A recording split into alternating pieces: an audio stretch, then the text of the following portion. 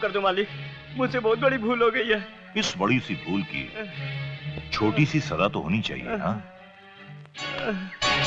अपने संगोछे से मेरे पैर की चप्पलें साफ कर ले।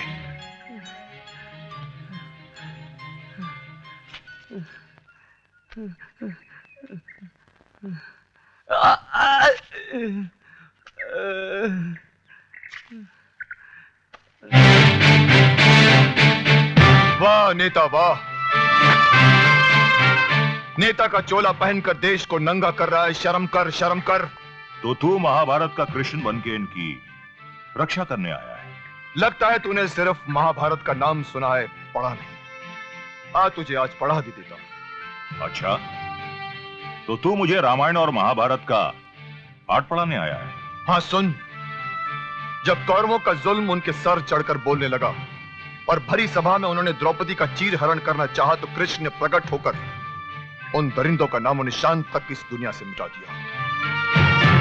अब भी वक्त है, सुधर जा, वरना यह देश तुम जैसे मंत्रियों के रहते फिर किसी का गुलाम बन जाएगा। देश? अरे ये देश वो लंगड़ा घोड़ा है जो हम जैसे मंत्रियों के पैरों के सहारे चलता है। हाँ, और तुम जैसे मंत्रियों के पैर घूस के सहारे चलते हैं। तुझ जैसा मंत्री देश को क्या चलाएगा, क्या सहारा देगा? चला जा, वरना तो हम तुम्हें बताएंगे नौजवान, देखेंगे कि तुम्हारे खून में कितना उबाल है। एक बात याद रखना मंत्री, मेरे खून के उबाल को मापने की कोशिश मत करना, वरना तुम्हारे वरना के साथ साथ तुम्हारी हड्डियां भी गल जाएंगी, समझे? अरे तू मुझे क्या समझाएगा? समझाऊंगा तो अब मैं तुझे।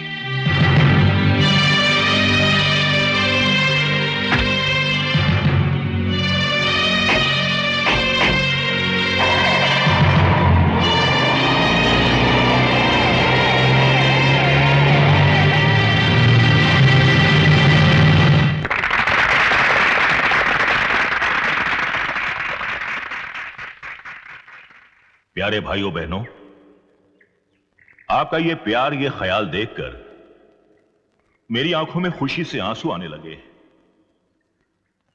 और दूसरी खुशी की बात यह है कि मुझ जैसे सेवक का भाषण सुनने के लिए आप लोग कहां कहां से आए हैं। यह आप ही के सहयोग का परिणाम है कि आज हमारा देश कहां से कहां पहुंच गया है। कल हम क्या थे और आज हमने कितनी उन्नति कर ली है। और वो दिन दूर नहीं है कि आने वाले कल में हमारे देश का नाम दुनिया में सबसे ऊंचा होगा। जटाशंकर पांडे जिंदाबाद! जटाशंकर पांडे जिंदाबाद! आज पानी की समस्या, राशन की समस्या हल हो गई है। कैसे? आप सबके सहयोग से। और सच मानिए तो मैं अब भी पूरी तरह संतुष्ट नहीं हूं। अगले चुनाव के परिणाम के बाद मेरा सबसे पहला काम होगा बेरोजगार नौजवानों को रोजगार देना। और मेरे ये गरीब बहन भाई जो झोपड़ों में रहते हैं, इनके लिए पक्के मकान बनाना। जटाशंकर पांडे जिंदाबाद! प्यारे बहनों भाइयों, जब भी मैं अपने गरीब बहन भाइयों को तकलीफ में देखता हूं तो मुझसे उनकी यह तकलीफ बर्दाश्त नहीं होती। वाह मंत्री वाह, भाषण देने में तुम्हारा कोई जवाब नहीं। अरे क्यों इन गरीबों को महलों के ख्वाब दिखा रहे हो? क्यों इनके झोपड़ों को जलाकर राख कर देना चाहते हो? गरीब लोगों को अपनी गाड़ियों में बिठाकर उनके जख्मों पर मरहम लगाने के बजाय नमक लगाकर कब तक बेवकूफ बनाते रहोगे तुम इन लोगों को? अरे जिस्म पर लगे घाव तो भर जाते हैं, मगर दिल और दिमाग पर लगे घाव कभी नहीं भरते मंत्री। कब तक इस भोली भाली जनता को अपने जान में फंसाकर इनके रगों में बहते हुए इनके नाक के खून को पानी बनाते रहोगे तुम? भाइयों, देखा आपने, लगता है इस गुंडे को विपक्षी दल ने हमारी सभा भंग करने के लिए भेजा है। इंस्पेक्टर मुंह क्या देख रहे हो? उठाकर बाहर फेंक दो इसे। अरे चुनाव से पहले बहुत लूटा है मंत्री तुमने इस भोली भाली जनता को, और इनके पास ऐसा कोई रास्ता नहीं, ऐसी कोई अदालत नहीं जहां तुम्हें खदेड़ कर ला सके और पूछ सके कि क्या हुआ उन वादों का जो तुमने जीतने से पहले इनसे किए थे। ले जाओ ऐसे। अरे मेरी एक बात कान खोलकर सुन ले मंत्री, तुम्हारी असलियत जानने के बाद ये लोग तुम्हें वैसे ही खदेड़ देंगे जैसे विदेशियों को इस देश से खदेड़ दिया गया था।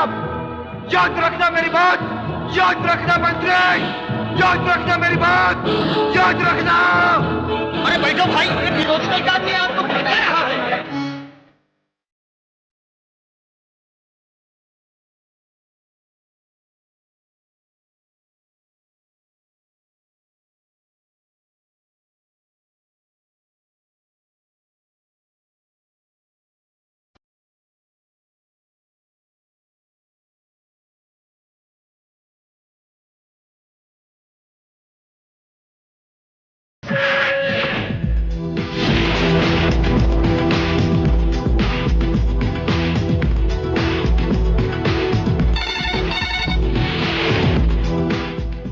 कल्लू बच्चा, मुझे मुकेश इसी वक्त चाहिए।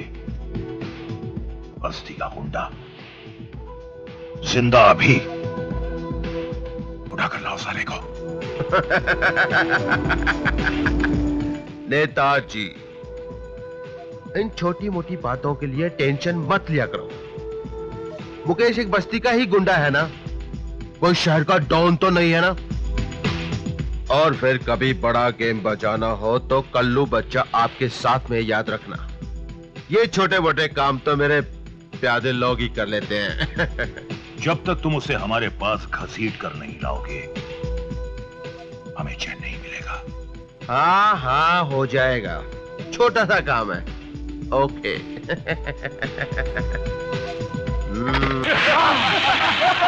ठहरो।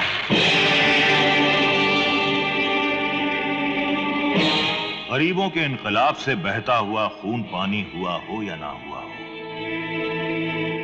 लेकिन जटाशंकर पांडे के कमीनेपन के जुल्म की जटा से तेरा बहता हुआ खून पानी जरूर हो जाएगा। अरे भाषण देना तो हम जैसे नेताओं का काम है। यह आदमी बहुत अच्छा भाषण देता है, इससे तो नेता होना चाहिए था। लेकिन हायरी किस्मत, तू बन गया एक गुंडा, एक सड़क छाप मामूली गुंडा।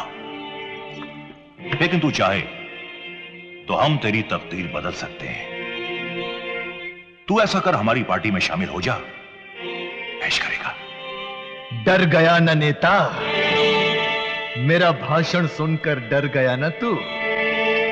काश आज मैंने दारू नहीं पी होती, न तेरे ये चार कुत्ते मुझे पकड़ने की हिम्मत करते और ना ही तू मुझे अपनी पार्टी में बुलाने की हिम्मत करता। अरे मुझ जैसे शेर को पिंजड़े में बंद करके कभी ये मत सोचना कि उसकी ताकत कम हो जाती है।